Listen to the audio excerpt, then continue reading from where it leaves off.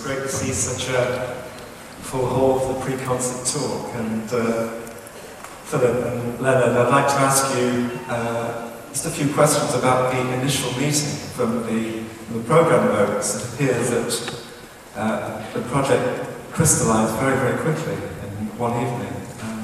Would you like to tell us how that occurred? Well, it crystallized very quickly, but then we had to wait for about 6 or 7 or 8 years before we could do it. Would you like to go into that? We were in no hurry. What's that? We were in no hurry.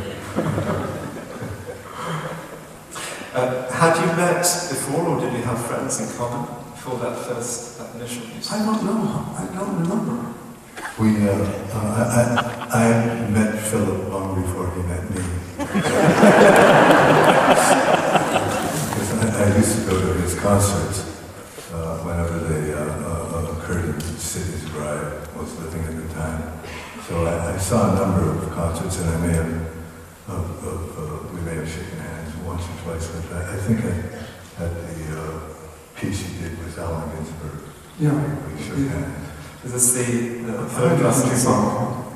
But I also had done a setting of a poem of his years before, and I had sent it to him.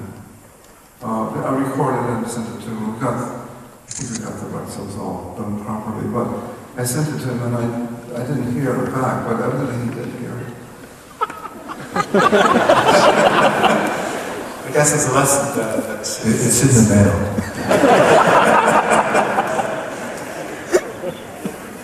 Sometimes it's worth hanging in there, watching for the songs. But that, so who made the call? I don't remember.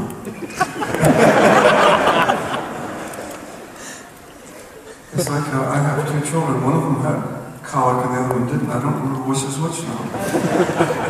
It's so long ago. But the call was made, and we met in Los Angeles. It would have been about 9 years ago, do you think? And we spent an afternoon and part of an evening, and Leonard had with him a stack of poems, which I mistakenly thought was the Book of Longing. And later I thought, oh, this is the book, but he says it wasn't really that book. But I seem to remember some of the poems were from that. At the end of the afternoon or evening, I asked him about whether we could do a musical work out of that, and we agreed, but then after that, we didn't speak for a few years.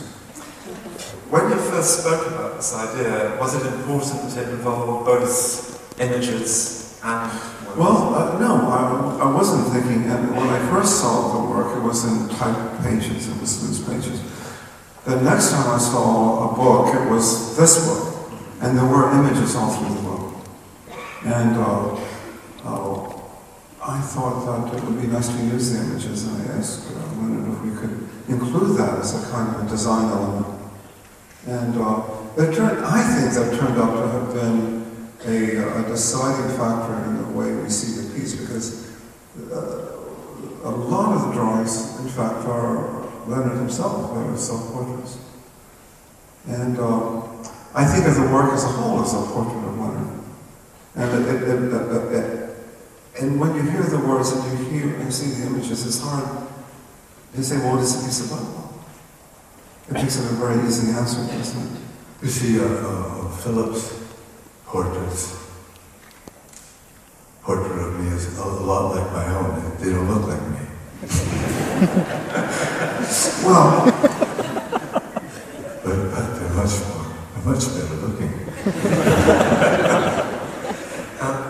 Leonard, the images that we're going to see tonight, that are behind us, and filthy stuff.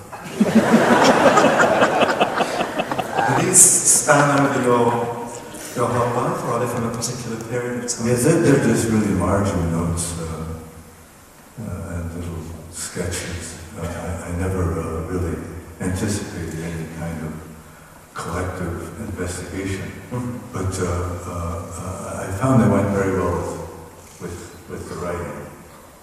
And often I would just do sketches at the bottom of a typewritten sheet.